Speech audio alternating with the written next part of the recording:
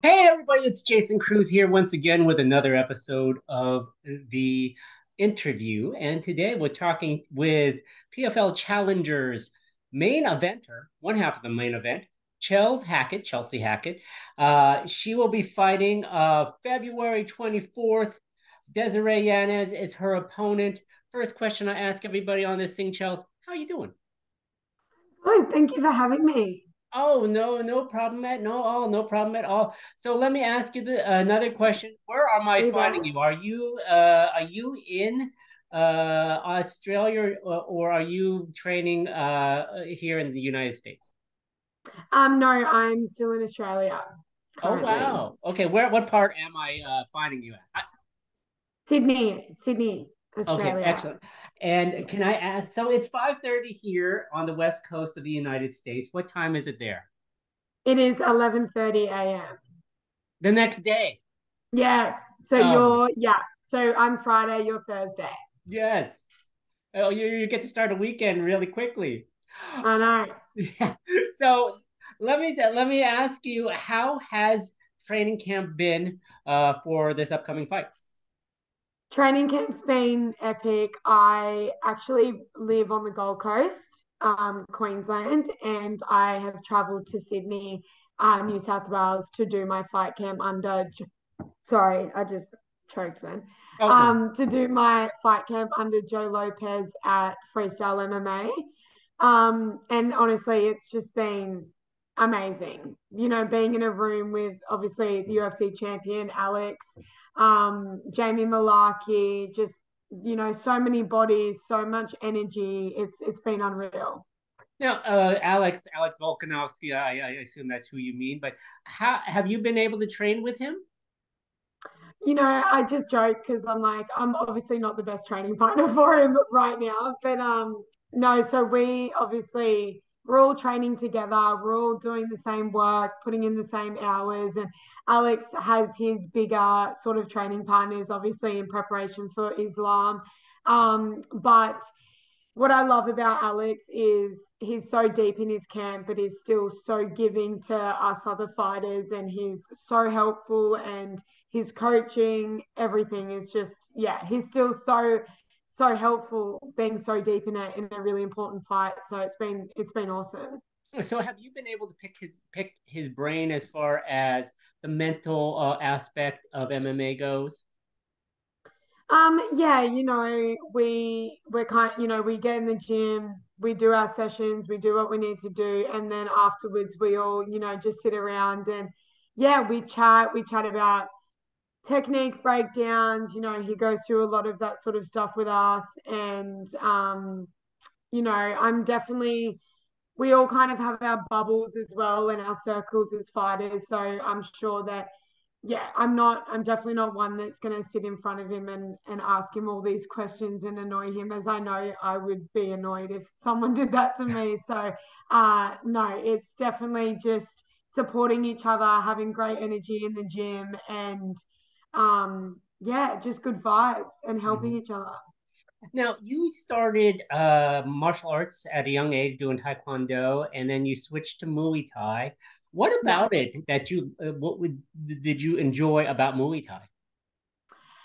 I just loved how it was obviously a much more aggressive sport than Taekwondo. Taekwondo is very much point sparring, and it was great for me at such a young age to start with Taekwondo. But I definitely, after that, my dad very quickly got me into how to really fight and how to get that, channel that aggression and violence into a sport like Muay Thai. So as soon as I started, I was hooked, and I just loved the learning, but also how physically tough Muay Thai was compared to what I was doing. And then how did you progress to MMA? Was it just a natural progression that from striking to go into MMA, or was there something else that pulled you into the sport?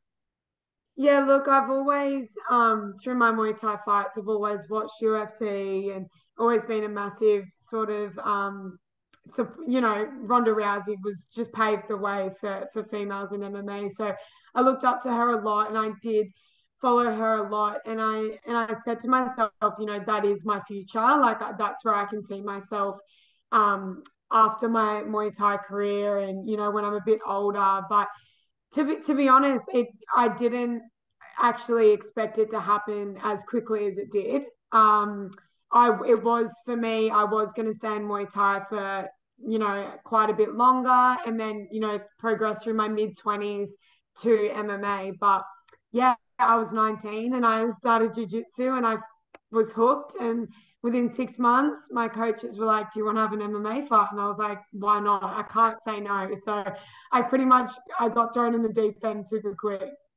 Now, what is the most challenging part of transitioning from a striking background into mixed martial arts? Is it wrestling? Is it jujitsu? Is it just the grappling involved? What do you find the most challenging aspect of that transition? Definitely the most challenging aspect was, starting from ground zero, with jujitsu, with wrestling, all that ground game. You have to be willing to be literally start from scratch again. And that's what the transitioning period, people don't realize it takes a long time, like I feel comfortable on my feet. I feel comfortable striking, but it took, and it still has taken me 5 years to start to feel comfortable on the ground, comfortable in wrestling exchanges, jiu-jitsu exchanges. It's not something that happens overnight. And that's one thing that, I never wanted to give up. Like I didn't want to say to myself, this is too hard. Like it could have been easy. I could have been like, this is way too hard, man. I'm gonna go back to Muay Thai. That so many people would have done that. Because it is hard and it does get frustrating. But I just kept holding on and I kept believing that no, this is my future and this is where I want to take my sport and my talent. Nice. And so, according to the online registry of fights, you haven't had a fight MMA fight in 3 years. What was I'm sure I missed the reasoning behind that, but what was there injury? Was there other things that are occurring? I'm sure of course pandemic had to play a part of it, but what was it that Yeah. held you back there? So my last fight was 2 years ago, Oh, 2 years ago. Yeah. November 2020 on Dana White's Contender Series. So that was my last fight, and that was right smack bang in the middle of COVID. And sometimes when we came back from that fight, I said to my parents, my team, like I don't even know how we got there. Like that was when COVID was just blowing Hmm. up. Traveling from Australia to the US, the visa process, I had about four opponents pull out. So I ended up with my fifth opponent 3 weeks out. Just everything that could go wrong went wrong with that process. But we got there and I fought, I lost, I came up short, I didn't get the UFC contract. But at the end of the day, I was like, that could never have happened. There was so many times where that opportunity could have fallen apart, and it didn't for a reason. And I took that loss for a reason, and I think it's just made me a more mature fighter, person, just everything. But the last 2 years have been frustrating. Like I wanted to get back into the cage. I was in fight camps. I was constantly getting injured. I've had a fractured knee and then a torn MCL. And then, then I'd start back up again and I can't get an opponent on the regional scene. So Australia, like the women's pool in Australia for fighters is so small. So, I was not getting matchups here. I wanted to get matchups here to get my experience back up, before hitting it back in internationally. But it honestly was just not happening. Girls weren't fighting, they were being picky with their records. So that amongst injuries, I'm now 2 years post a fight and I'm chomping at the bit to get in the cage. Now tell us about the PFL Challengers opportunity. How did that come about? So in the midst of the frustration, it was about middle of last year or maybe towards the end of last year. and I was deep in a camp, and I was actually here again. I came to freestyle and started my fight camp. I was matched with, or supposedly I was matched with a girl in Australia on a local show here. And when I went back home to the Gold Coast, I kept training and then was told that she never was going to take the fight. So that just blew my camp up again. And there's so many roadblocks that I've had the last 2 years that have just obviously been so frustrating. But um, when that happened, a couple of weeks later, my manager called me and said, so my manager also manages Rob Wilkinson, who just won Okay. the PFL Yeah, yeah, Championship. yes, yes. So he's also Aussie. So yeah, I we share the same manager, and he called me and he said, "Look, PFL are looking at adding your division to the Challenger Series in 2023. Would you be keen?" And I was like, "Oh my God, are you kidding? Like 100%, obviously." And for me, it was just like it's a no-brainer. It's another opportunity that's showed itself, and I'm just going to go full steam ahead and run at it the best I can. And yeah, it came at a great time because it's just been very hard getting fights here. Now, obviously, the next question is I had the chance to interview Rob prior to November's his great win. He had to stay in Utah, I believe, through the whole season. If presented with the opportunity, would you move or at least move temporarily to the U.S. to train to at least get more exposure to for fights? Yeah, absolutely. Look, I'm open to work whatever happens with PFL. Obviously every fight I want to win and I want to progress. And this year it's a new division, so it's a new pool of females fighting under PFL. And then you win the contract and you're looking at entering the 2024 season. So by 2024, whatever I need to do, if I need to stay in the US, if whatever happens, whatever's easier and will propel me further, I will happily do that. Awesome. So, what is the plan for 2023? Obviously, you have to get past Desiree Inez on February 24th, but what are your hopes as far as benchmarking for fights this year? I mean, do you hope 2 or 3, or do you hope to just latch on with PFL? What's the plan? Yeah, look, obviously, first fight's February 24. That's got my whole focus right now.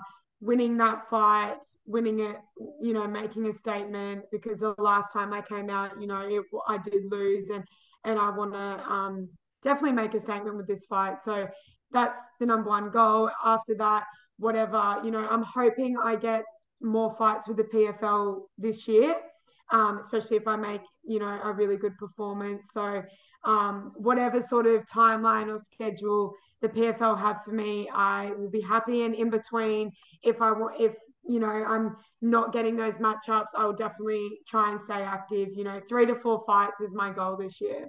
Now, obviously, if you do are successful with the Challenger Series here, and they do open up a division for I believe the women's flyweight division.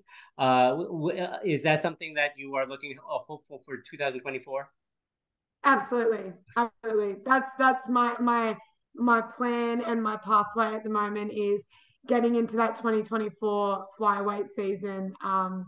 And yeah, that's when it gets exciting. Yeah. That's when it's really cool. Yeah, obviously that was a softball question since we're talking about PFL. But tell me, tell me a little bit about facing this your opponent Desiree Yanez. Do you know anything about her? Does Yeah, it matter? yeah, look, I hadn't heard of her until I, found out she was my opponent. And, I've looked at a couple of her last fights and I've been able to see and I'm super happy with the matchup. I think this fight is gonna bring fireworks. I think we're pocket rockets, we're aggressive. I honestly couldn't be happier with the matchup and I think we will definitely put on a show. I'm always looking obviously for a standout finish, but I'm also 100% there if it goes a distance and it's an absolute smasher. Awesome. Well, PFL Challenger Series 13 takes place February 24th. You are the main event, Chelsea Hackett. Thank you I so actually much for didn't your know that. So that's what? cool. I actually didn't know it was the main event. You are the main event according to the internet. So I would double check with your manager. I'll take But it that. does look like you're the main event. It does look like you're That the main definitely. event. So there you Love go. it. Maybe you get the bigger locker room. Who knows? But Yeah, we'll see. we wish you good health in your final weeks of training camp, and we will be watching February 24th. Thank you so much for your time. Legend. Thank you so much for having me. All right, Charles. We'll talk to you later. Bye. Bye.